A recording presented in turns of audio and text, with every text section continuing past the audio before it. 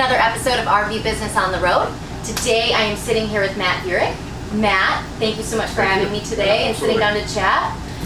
So this dealership has been family run and operated, right, for what, since 1950? Yeah, since 1954. Okay. So, yep, we're on 67 years this year, so it's been a great run and keeping on chugging along. So. Awesome. So tell me how the background is on that. So what your role is in the dealership, and then also what your family plays in that role. Yeah, so my grandpa and great-grandpa started the dealership in 1954. When my grandpa got back from the Korean War, him and his dad went into business. And there were some, mainly mobile homes and a little bit of RVs. And then in 1963, my grandpa actually went essentially across the street to open up his own lot. So that caused a little friction in the family, but he wanted to focus just on RVs. Okay. So he started with the Holly Rainbow line, which we've been with him ever since 1963. So it was kind of, do you think it was an option, or have you always been passionate about this industry? So I went to college to basically learn how to run a dealership. Okay. And where'd you go to school? Northwood University. Okay. So yeah. I was Central. Okay. Yeah. Close enough. And that's what I wanted to do, but going to being in the car business, that industry, without schooling, I had a lot of opportunities outside of that. And I went for a couple interviews, but I just felt like God was calling me here, and my passion was RVs, and it's what I know. And so I came in 2010 as a salesperson. I'd worked here as a kid, washing trailers. I've done parts. I've done service. So we had an opportunity in 2010 in sales. We're just kind of out of the recession there, and then I was able to kind of grow and learn that position. And then I got to be in charge of the inventory, but still sell, and then sales manager, and then general sales manager, and then general manager. So it was kind of nice to work my way up from the bottom to the top and learn essentially every department that you could. On behalf of RVBusiness, big congrats on winning one of the dealers for RVBusiness Top 50 this year. Very proud of that. Yes, congratulations. Also, the big one to note is that you've also been selected as the Gaylord Maxwell Innovation Award. Correct, yep. So huge congrats on that. Yep. So tell me a little bit of what that means to you, to your dealership, and to your staff and your customers. Yeah, I think it speaks volume to our staff, first off, because going into COVID, it was kind of those things, well, are we going to have a job? Are we going to be a company? No one knew in March, what was going to happen. And when we called everyone back, everyone came back to work, which was, you don't hear that. Right. A lot of industries, like the restaurant industry, a lot of industries are still today suffering with employment. We feel very blessed to have really good staff, and I think it speaks volume for, I think my dad, and who he is and how he, has trained me, and everyone that works for the company, and who we are, to work hard. And, but when we came out of it, it was, well, who really is going to want to buy an RV? A lot of people aren't working, and you have COVID, so are people even going to want to come into the dealership? So we had to get creative. Right. And we came up with a virtual buying experience. We made it very, very easy for the customer to buy. Kind of a contactless purchase. The idea is to open the awning, play music, turn on the air conditioning, turn on the heat in the winter, and people can experience what the RV is like before they purchase it. Yeah. So essentially, we unlocked every RV every day. The building technically was closed.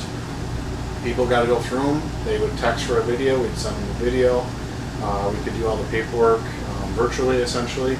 And then our walkthroughs too for their demo, we did videos as well. Okay. And the nice thing with that is, if they're out camping a year from now, they go, oh, Veurink sent us that video. We'll just open up their email.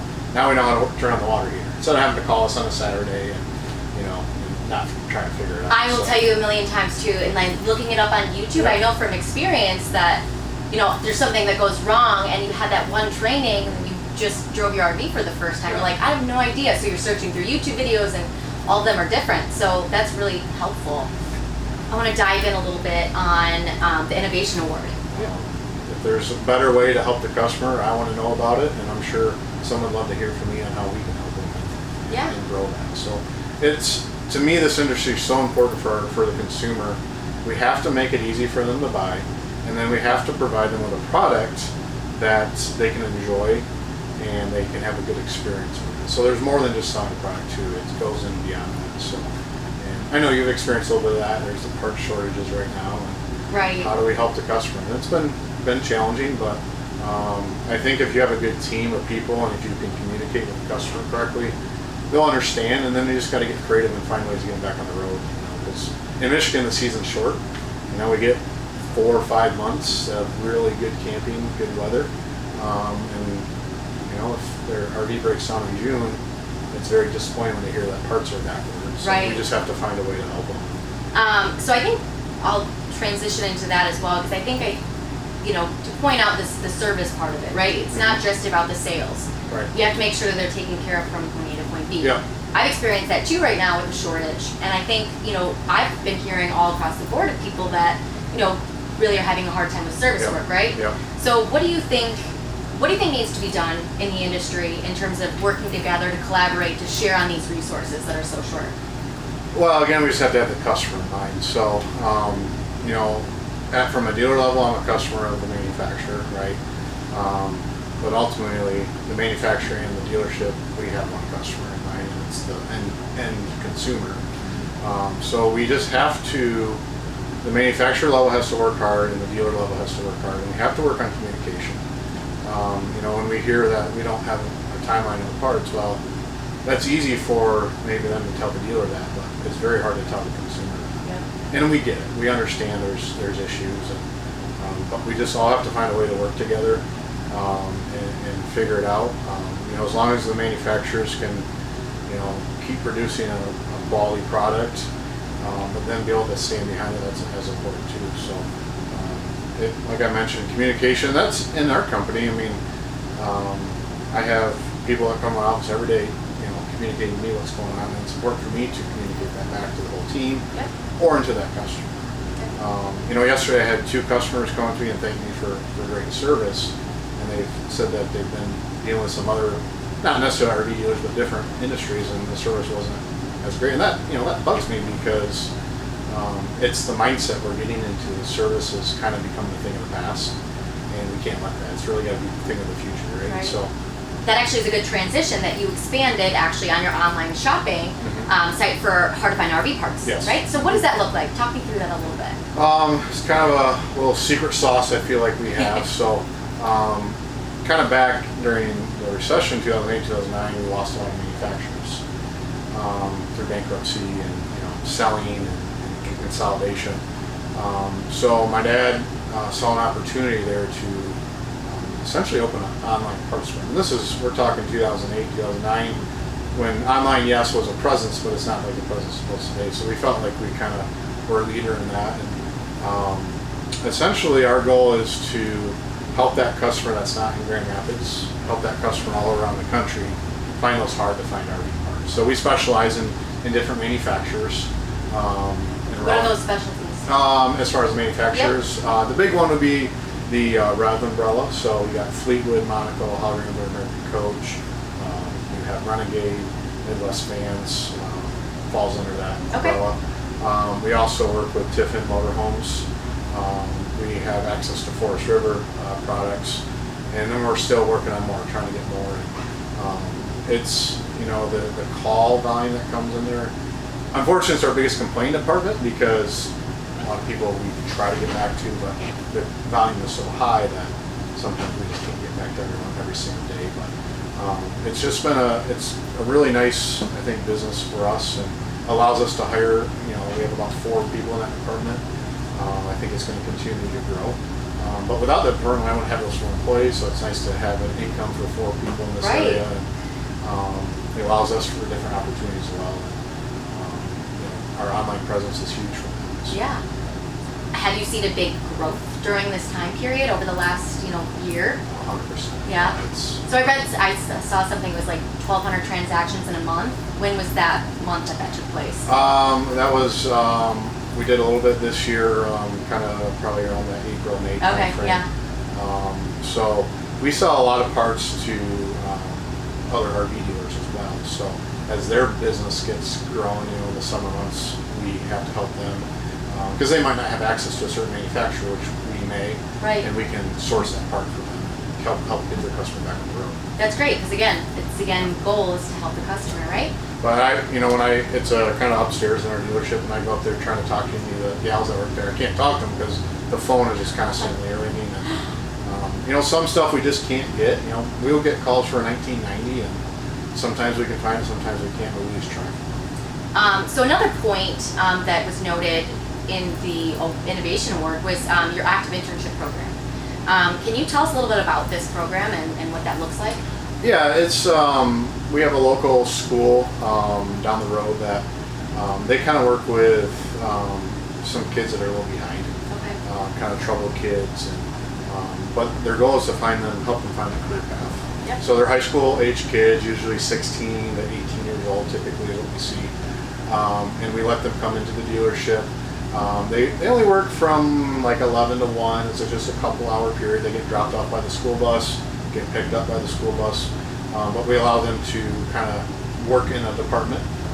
Typically it's in our service area, and basically learn a trade. So we've been doing this for a few years. We had actually one employee, he came in, would not even say hi to you, and we saw him grow so much, where he was the most talkative kid in the whole dealership. We actually extended him a job offer for the summer. He took it, and I think he worked here for almost 2 years, and now he's kind of moved on to another avenue. But we have a kid right now, kind of same thing.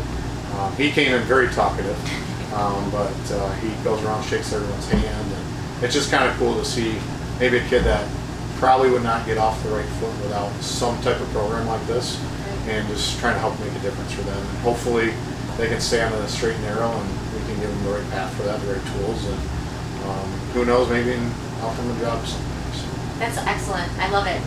So you also continue to focus on training technicians and your staff in general. That's a big point that was your selection process. What makes you different? How does this work? Well, one, you have to care, right? And you have to, right now, you have to realize how hard it is to find good employees. The job market's tough, we all know that. Not sure why we can't find people. We now hire and signs everywhere, but we're always looking probably for a position here and there, just because we're either growing or we have to replace a position. But you have to take your people and just give them everything you can, and it starts with training. So if you bring on an employee and you don't give them any training, they're going to fail, and they're either going to leave you, you're going to have to fire them, or something in the middle. You have basically an employer and an employee that's unhappy, and then you have the rest of the staff that will be affected by that because that employee maybe can't be to that level. So it's important that one starts in our managers, that they meet with each of their individuals in their department, make sure that they're given every possible training opportunity that they can be given, and then just kind of work it down from there. But training is hard too because you're always so busy. So when do you find time for that? One thing that my service manager and shop foreman, we just implemented a weekly meeting every Wednesday at I believe it's 11 o'clock. We meet. We go over efficiency, so it's how we track our technicians, how well they're turning the wrench based on what the job pays, and then we can focus on the areas where we're weak. So if a technician's really struggling in these areas, we can try to work with them. So I put that back on my shop foreman to say, hey, this employee, he or she's struggling with, maybe it's electronics. Let's see if we can spend more time with them in that way. So our salespeople, it's always got to train them because products are changing. Right. The consumer changes how they purchase. So again, if we don't do it, we will lose good people and we won't make good people.